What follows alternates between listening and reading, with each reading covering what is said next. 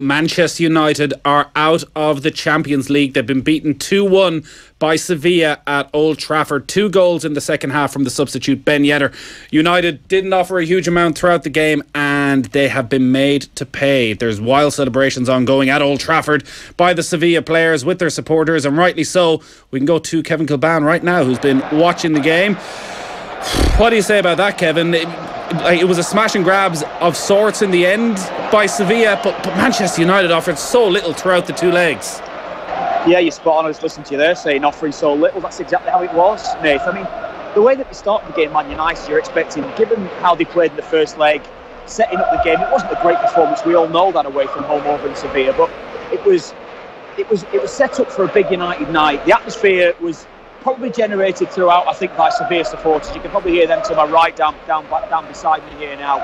They were the ones that were generating the atmosphere. And as the game went on, United just became more nervy. They offered very little threat. 1 chance in the first half. I think it was only 1 shot on target, which was Mourinho Fellaini. It was a comfortable enough save for Sergio Rico in goal for Sevilla. And overall, Nathan, they offered very little. United. Their attacking players in Alexis Sanchez, certainly behind him Jesse Lingard, and of course Marcus Rashford, they all offered very little. Lukaku was probably United's best outfield player, but he was just given no real support, and he was given no real quality played into him.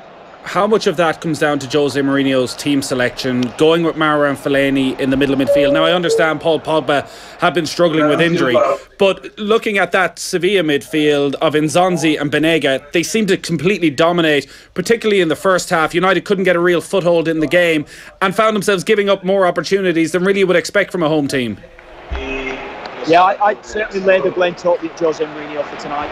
You know, so often you can question players on the pitch and their attitude, but United were just too cautious. I mean, Fellaini comes in because he brings physicality and you want to be putting balls into the penalty area, and I think he did have a little bit of licence throughout the first half to get beyond Matic. Matic was the one that was sitting at the base of midfield, but I think in general the quality was lacking. There wasn't any real quality balls played into the penalty area, and I think if you're not getting that, what is the point in having Fellaini on the pitch? Because I think he was offering very little, certainly in moving the ball quickly, passing forward, getting Lukaku or Sanchez or Rashford, whoever it would be, one of the attacking players into the game. I just think he had little impact in the game, Fellaini, and that was why ultimately he was substituted. But in fairness, when Pogba was absolutely dreadful. In possession, he was awful, and you give far too many balls away. I just think United, with Mourinho tonight setting them up, I think he set them up in a cautious way.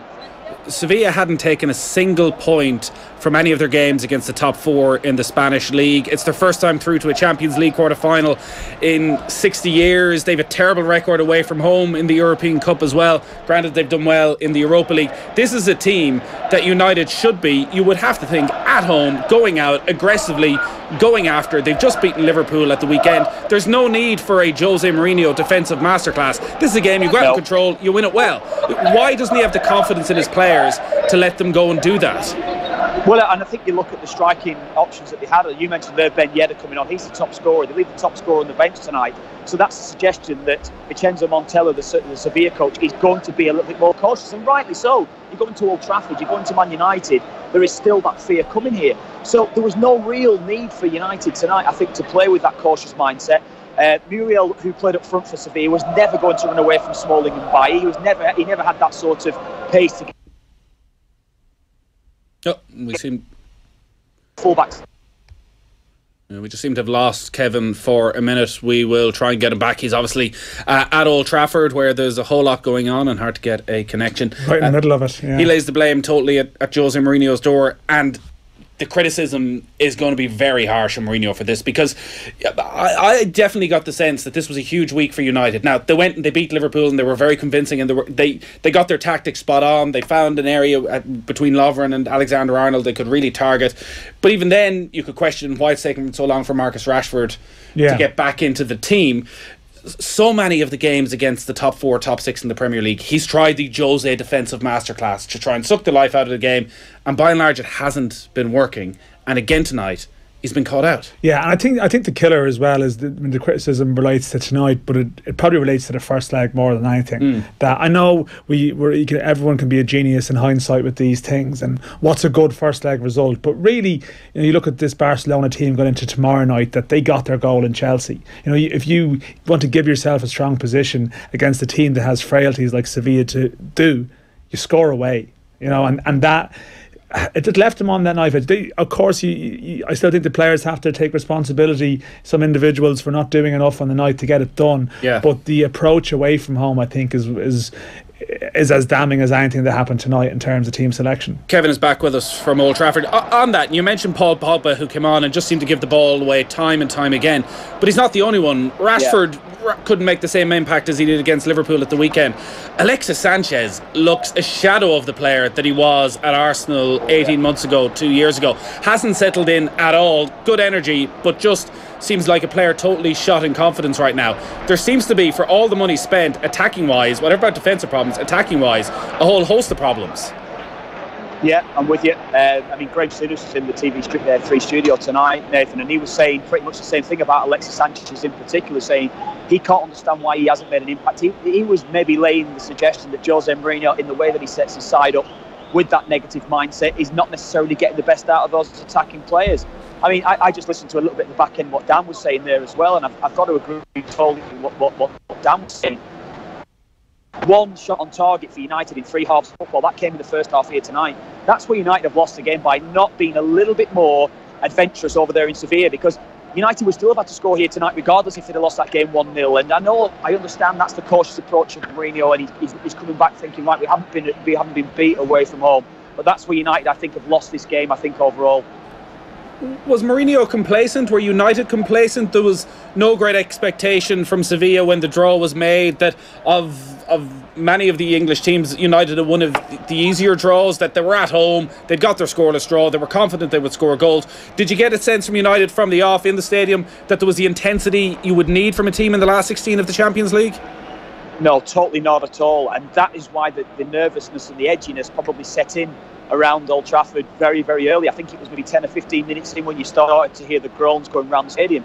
That was because of the way that United were playing. I think they were moving the ball far too slow. I mentioned Lukaku early on. They got him into the game in the first 20 seconds of the game, and he bullied the two centre-halves, Kieran, and who was the other lad? Sorry, the other centre-half first tonight. Longley, yeah.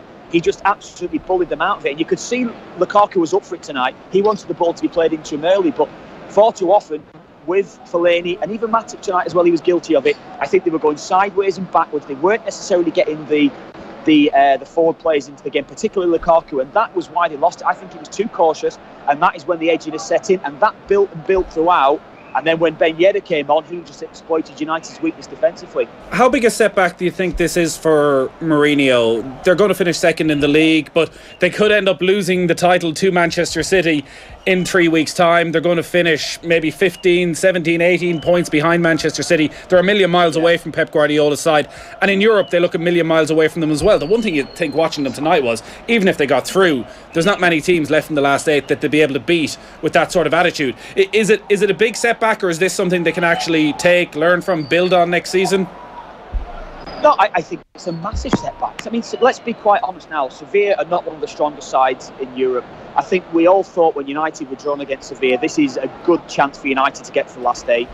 It's a huge blow for them. Yes, they probably are. They're not going to make up the distance. They're not going to get anywhere near Man City. City have got the league now. That's done and dusted. If they were to lose the league then at the Etihad against City in a couple of weeks' time, that is the ultimate then, really. And then this season then does look like a complete disaster, because tonight, I think we're looking for a big European night. Are we going to get Jose Mourinho as a Manchester United manager showing us he's capable of taking the Man United side? I know, yes, they won the Europa League last season, yeah, but it was the manner in which they won it last season, being a bit cautious. And we all felt, ultimately, yes, there was a chance for United to go on and do what he's done at Inter Milan and what he's done at Porto. But I think anyone who's watched football over the last years, we all realise, I think, you've got to be a bit more adventurous if you're going to go and win the Champions League. And ultimately, Mourinho just doesn't set his side up in that manner.